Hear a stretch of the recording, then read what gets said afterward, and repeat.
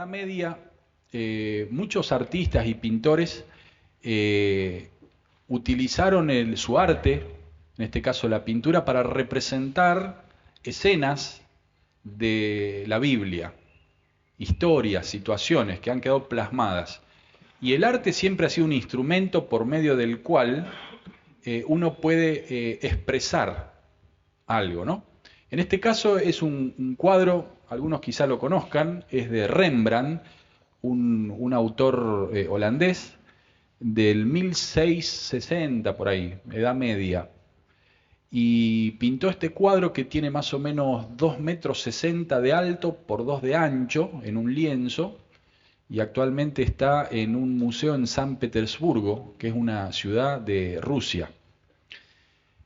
Y ¿saben a quién hace referencia? ¿A qué historia? ¿Qué se imaginan?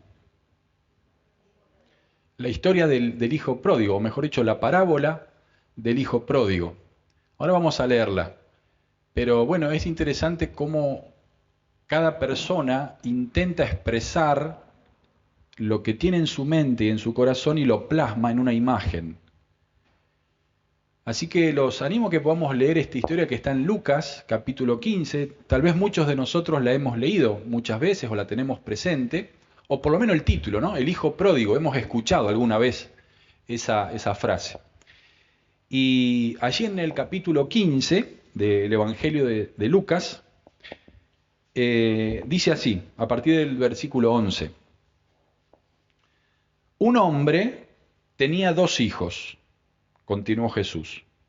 El menor de ellos le dijo a su padre: Papá, dame lo que me toca de la herencia. Así que el padre repartió sus bienes entre los 2. Poco después el hijo menor juntó todo lo que tenía y se fue a un país lejano. Allí vivió desenfrenadamente y derrochó su herencia. Cuando ya lo había gastado todo, sobrevino una gran escasez en la región y él comenzó a pasar necesidad. Así que fue y consiguió empleo con un ciudadano de aquel país, quien lo mandó a sus campos a cuidar cerdos. Entre paréntesis, en el mundo hebreo y hasta el día de hoy, los cerdos es un animal inmundo. No se come cerdo y es un sinónimo de lo peor que le puede pasar a un judío, tener relación con los cerdos. Dice, tanta hambre tenía que hubiera querido llenarse el estómago con la comida que daban a los cerdos, pero aún así nadie le daba nada. Por fin recapacitó y se dijo, primer versículo clave para que pensemos, ¿cuántos jornaleros de mi padre tienen comida de sobra y yo aquí me muero de hambre? Tengo que volver a mi padre y decirle, papá, he pecado contra el cielo y contra ti. Ya no merezco que se me llame tu hijo. Trátame como si fuera uno de tus jornaleros. Así que emprendió el viaje y se fue a su padre. Segundo versículo clave. Todavía estaba lejos cuando su padre lo vio y se compadeció de él. Salió corriendo a su encuentro, lo abrazó y lo besó. El joven le dijo, papá, he pecado contra el cielo y contra ti. Ya no merezco que se me llame tu hijo. Pero el padre ordenó a sus siervos, pronto, traigan lo mejor ropa para vestirlo, pónganle también un anillo en el dedo y sandalias en los pies, traigan el ternero más gordo y mátenlo para celebrar un banquete, porque este hijo mío estaba muerto, pero ahora ha vuelto a la vida, se había perdido, pero ya lo hemos encontrado. Así que empezaron a hacer fiesta. Mientras tanto, el hijo mayor estaba en el campo. Al volver, cuando se acercó a la casa, oyó la música del baile. Entonces llamó a uno de los siervos y le preguntó qué pasaba. Ha llegado tu hermano, le respondió, y tu papá ha matado el ternero más gordo porque ha recobrado a su hijo sano y salvo. Indignado, el hermano mayor se negó a entrar. Así que su padre salió a suplicarle que lo hiciera. Pero él le contestó: fíjate cuántos años te he servido sin desobedecerte jamás tus órdenes, y ni un cabrito me has dado para celebrar una fiesta con mis amigos. Pero ahora llega este hijo tuyo que ha despilfarrado tu fortuna con prostitutas y tú mandas a matar en su honor el ternero más gordo.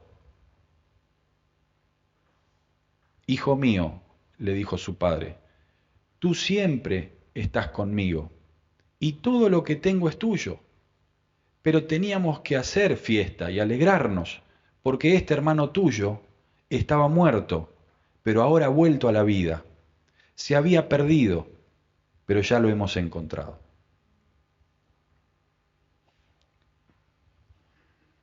Mirando la escena, uno puede intentar imaginar esos brazos del padre sobre las espaldas de un hijo que viene todo harapiento y una actitud de entrega hacia el regazo de su padre en humillación, arrodillado, y un padre diciendo finalmente, recuperando a su hijo. También se ve la escena un poquito más atrás, ¿no? Uno podría pensar que tal vez ese es el hermano mayor, medio mirando con recelo, ¿no? Como una actitud de que hay algo que no le cierra mucho. Y de alguna manera este autor intenta plasmar, tal vez en nuestra mente podemos hacernos otra imagen, ¿no?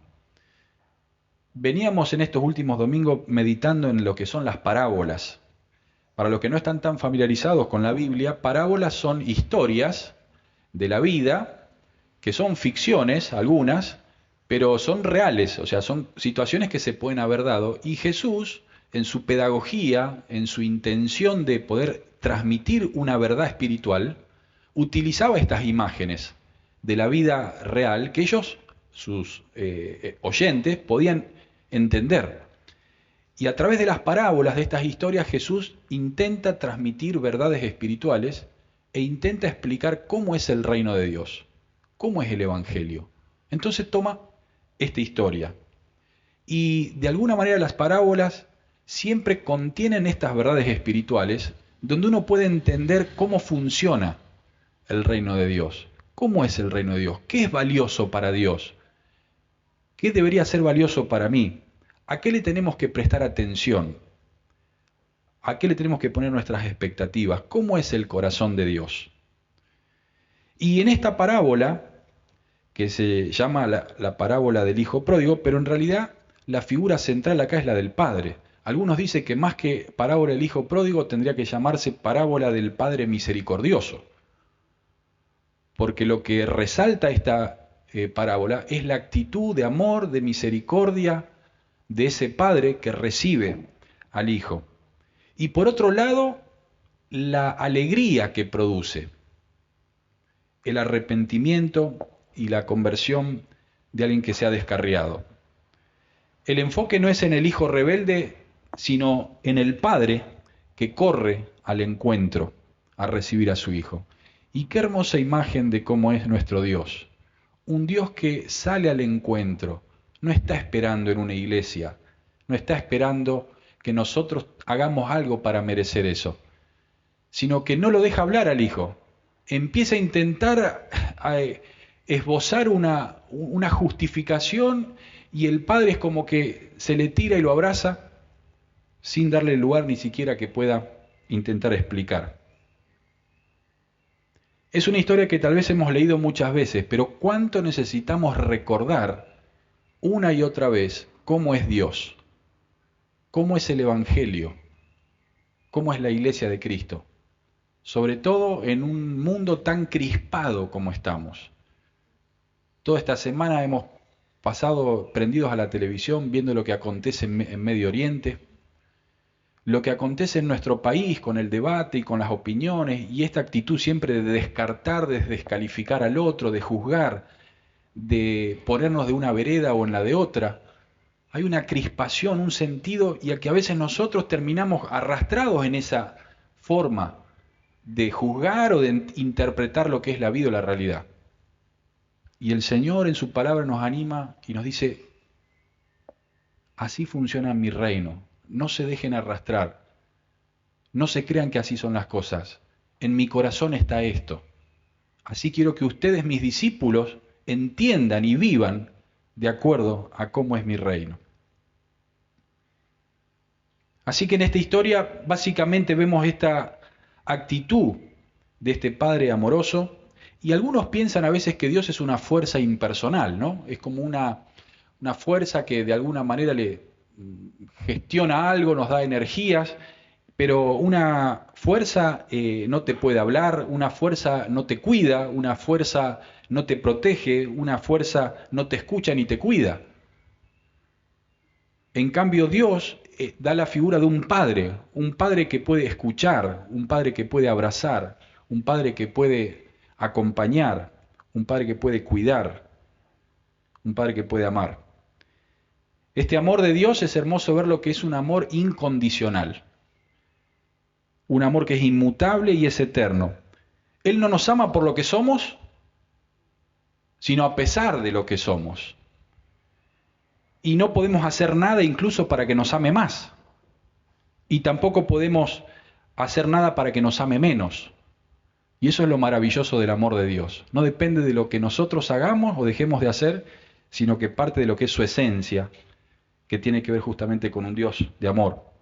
Y para ilustrar justamente Jesús, cómo es el corazón de Dios, utiliza esta parábola, esta imagen que estamos viendo. Cómo es el amor de Dios y la alegría que le produce cuando uno de nosotros se arrepiente y vuelve a casa. El hijo menor está figurado como una persona tal vez inmadura, ¿no? Inmadura emocionalmente, inmadura espiritualmente. Quiere vivir solo, tomar sus propias decisiones, que nadie le diga lo que tiene que hacer, pero tampoco quiere trabajar, ¿no? O sea, quiere vivir de la plata del padre. Y es rebelde, un poco desobediente, se gasta todo, sin embargo sigue insatisfecho, porque indudablemente busca en el lugar equivocado.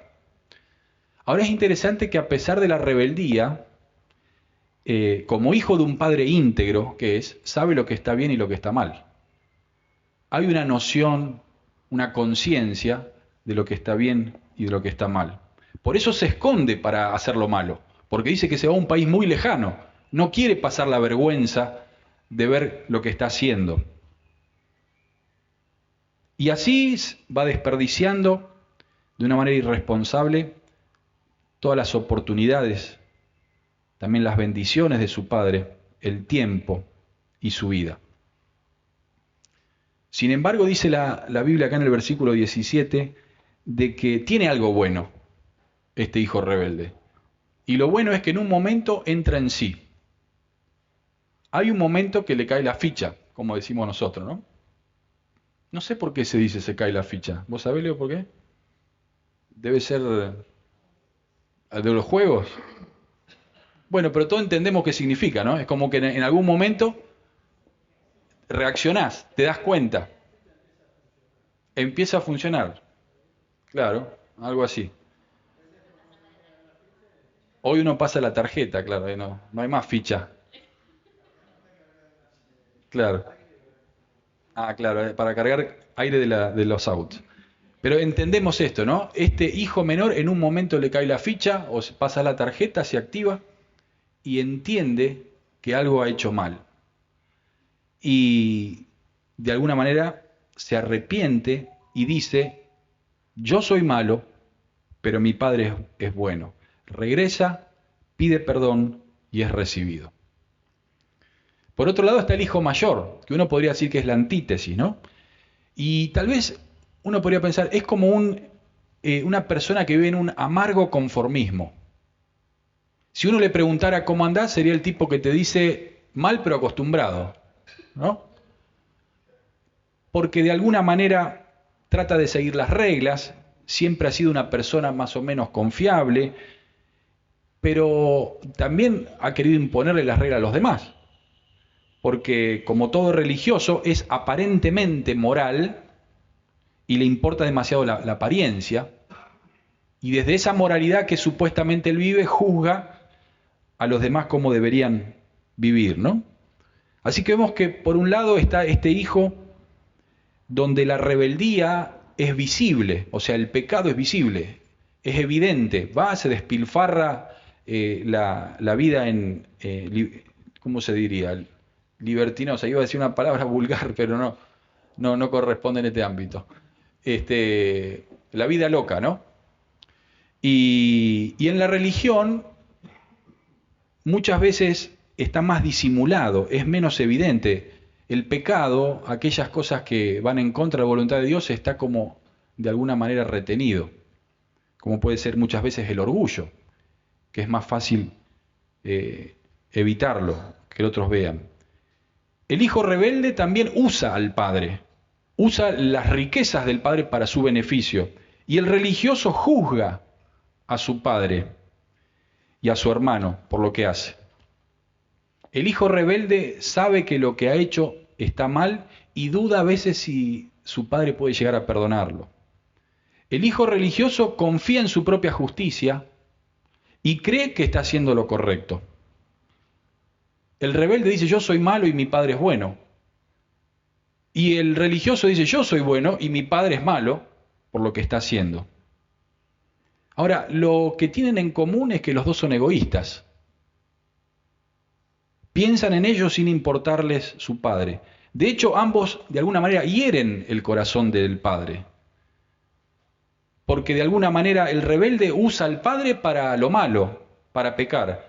Y el religioso se rehúsa y reprocha al padre cuando éste lo invita a recibir al hermano descarriado. De alguna manera también lo está usando al padre para sus propios objetivos. De alguna manera ambos usan al padre de maneras distintas, por eso ninguno es feliz. El egoísta nunca es completamente feliz y a la larga siempre se queda solo. Y yo te pregunto y me pregunto a mí, ¿con cuál de los dos hijos te identificás más? ¿Con el rebelde? ¿Con el religioso o el que hace las cosas más o menos bien? Tal vez, no sé, algunos otros se siente más identificado a veces con uno o con otro, ¿no? Naturalmente se identifica más como el rebelde o con más la persona que más o menos siempre anduvo en los cánones esperables.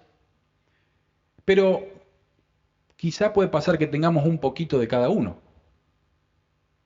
Y a veces pensaba, comenzamos siendo un hijo y terminamos siendo el otro. Muchas veces nuestra vida comenzó siendo ese hijo rebelde, que en un momento el Evangelio llega a nuestra vida y después terminamos siendo el hijo mayor, que se transforma en un hijo religioso, que muchas veces juzga a los demás. Una primera enseñanza que nos anima a pensar esta historia es que el hijo rebelde nos enseña y nos invita al arrepentimiento. Una y otra vez, qué importante es arrepentirse. En una sociedad donde el arrepentimiento está mal visto. Si ustedes ven los medios, si vemos la televisión, si hablamos con otros, nadie se arrepiente de nada. Parece que arrepentirse está mal porque es un sinónimo de debilidad. Entonces arrepentirse, no, yo estoy seguro de todo lo que hice. Sin embargo, lo que alegra el corazón de Dios es el arrepentimiento. Y por otro lado, el hijo religioso nos invita a practicar la misericordia y a no juzgar a los demás. Hay un doble mensaje. Para los que no conocen a Jesús o no tienen una relación con Él, nos llama al arrepentimiento, al poder tener esta actitud de búsqueda de ese Padre amoroso al cual podemos entregar nuestra vida. Y a la iglesia, a los que ya tal vez caminamos con Cristo, nos anima a tener esta actitud de misericordia, de amor y de recepción. Ahora, hay un tercer hijo en esta historia, ¿sabían? No se asusten, ¿dónde está? El tercer hijo es el que está contando esta historia. El tercer hijo es la clave de toda la parábola. Es un hijo que no es rebelde, ni tampoco es un hijo que es orgulloso. No es religioso porque no juzga a nadie. Y ese hijo es el Hijo de Dios. Es Jesús. Es el que está contando esta historia. Y esta parábola está ligada a las dos parábolas anteriores. Si ustedes ven en el capítulo 15, antes de esta hay dos pequeñitas. Una es la parábola de la oveja perdida. Que la oveja perdida también Jesús está diciendo de que había una persona que tenían 100 ovejas y se le perdió una y deja esas 99 y va en búsqueda de esa que se le había perdido. Y cuando la encuentra, se alegra, la carga al hombro y vuelve y les comparte a sus amigos que la ha encontrado. Y la otra es de una mujer que tenía 5 monedas de plata y se le perdió una. Y se vuelve loca, da la casa patas para arriba, barriendo, buscando todo, hasta que finalmente la encuentra y también se alegra con sus amigas de que encontró. El contexto de las tres parábolas es el mismo. ¿Cuál era?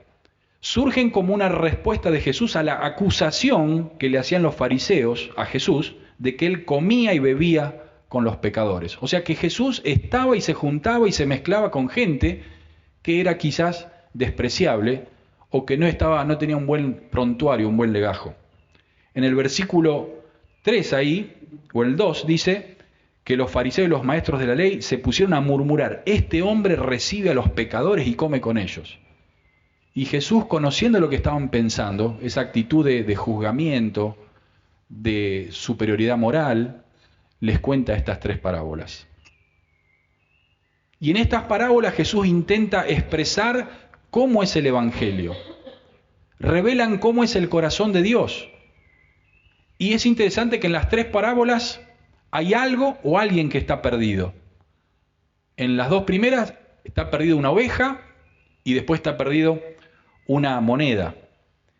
Y en esta tercera parábola que leímos hoy está perdido este hijo.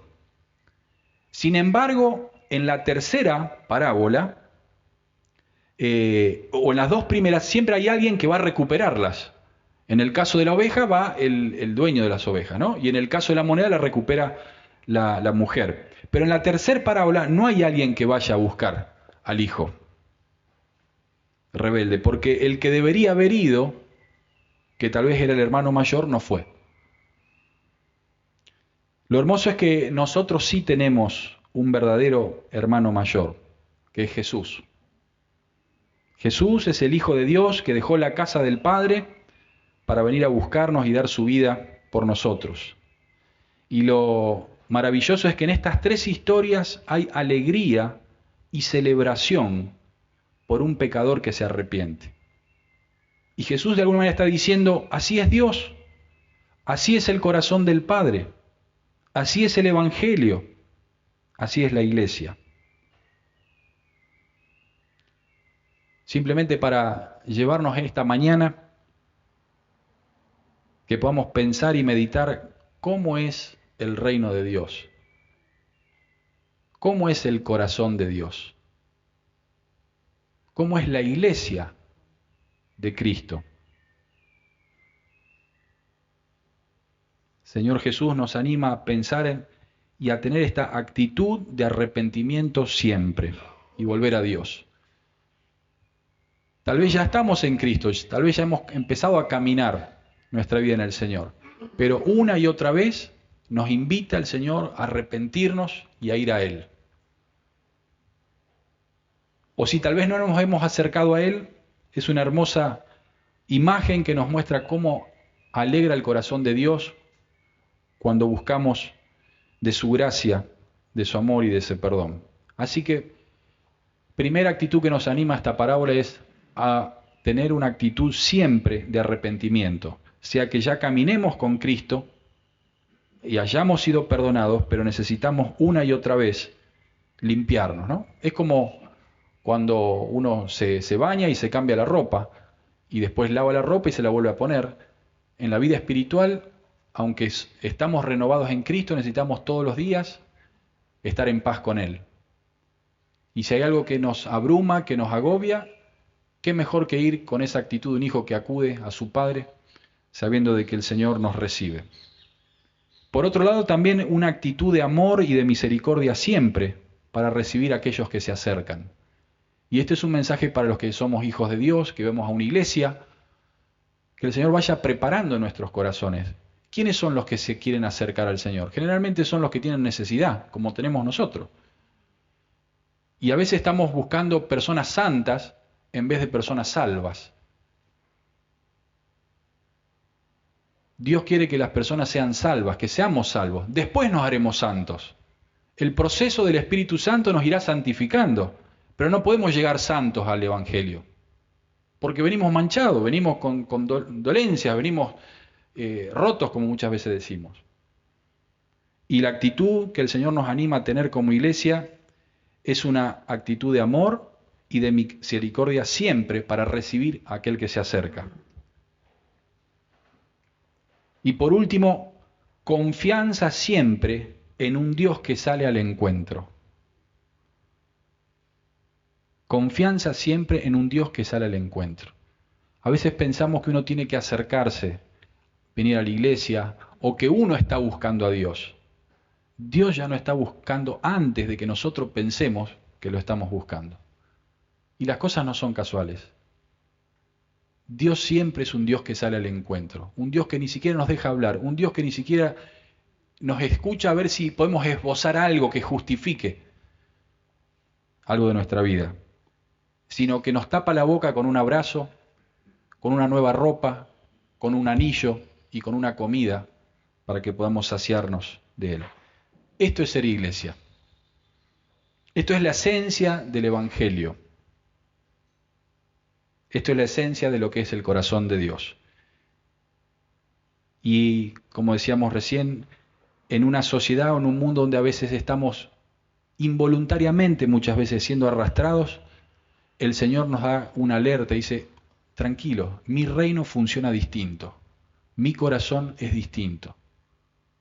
Que nosotros como discípulos de Jesús que intentamos ser, ¿no? Cada día somos peregrinos que en nuestra vida con nuestras luchas, nuestros avances y retrocesos, queremos ser esos discípulos de Jesús. Que podamos aprender y tener siempre en claro cómo es su reino, cómo es su corazón. Eso es lo que quería Jesús y lo que quiere que nosotros como discípulos aprendamos y tengamos presente. Una iglesia que recibe, una iglesia que abraza, una iglesia que contiene, una iglesia que expresa el amor de Dios. Oramos. Padre Celestial, qué hermosa imagen esta que nos deja tu palabra. Qué hermosa imagen de este Padre amoroso, misericordioso, que no tiene en cuenta todo este pasado, toda esta traición, toda esta búsqueda de alejamiento de este hijo, y que sin dejarlo hablar ni expresar nada, se le lanza en una actitud de amor, de contención, de perdón, de misericordia, dándole lo mejor que tiene. Quizás nosotros hemos sido, o a veces somos, o nos sentimos un poco así, como ese hijo rebelde. Y qué hermoso y cuánto necesitamos una y otra vez arrepentirnos, volver a ti, sabiendo que no somos juzgados, no somos cuestionados, sino que somos amados. Danos, Señor, un corazón de arrepentimiento siempre. Y tal vez si nos identificamos un poquito más, que a veces tendemos a ser ese hijo mayor que es religioso, que cumple las reglas, que se molesta cuando otro no hace las cosas como quisiera él que las hagan. Señor, también líbranos de esa actitud y que podamos tener un espíritu y un sentido de misericordia, de amor genuino como tenés vos por nosotros, Señor. Y qué hermoso es saber de que está este tercer hijo, el Hijo de Dios, que es aquel que justamente vino para salvarnos, para perdonarnos, para amarnos, para acompañarnos, para ser ese Dios que se acerca a nuestro corazón. Señor, queremos como iglesia ser una iglesia que abraza, que recibe, que está atenta a aquellos que necesitan de vos como lo necesitamos nosotros. Y permitinos, Señor, en este tiempo de la historia que nos toca vivir, donde muchas veces nos vemos confrontados con situaciones donde nos ponen contra la espada y la pared, de ponernos de un lado o del otro, que nos resistamos y podamos volver a entender una y otra vez cómo es tu reino, cómo funcionan las cosas en tu reino, cómo es tu corazón, cómo es la iglesia que vos querés que seamos, para poder tener esta actitud de amor, de misericordia, de abrazar, de sostener, de acompañarnos juntos en Cristo. Te lo pedimos todo en el nombre de Jesús y te damos gracias por esta mañana y que tu palabra a través de tu Espíritu Santo siga trayendo tus pensamientos para poder meditar en ellos y poder seguir creciendo en nuestro conocimiento de la verdad en Cristo.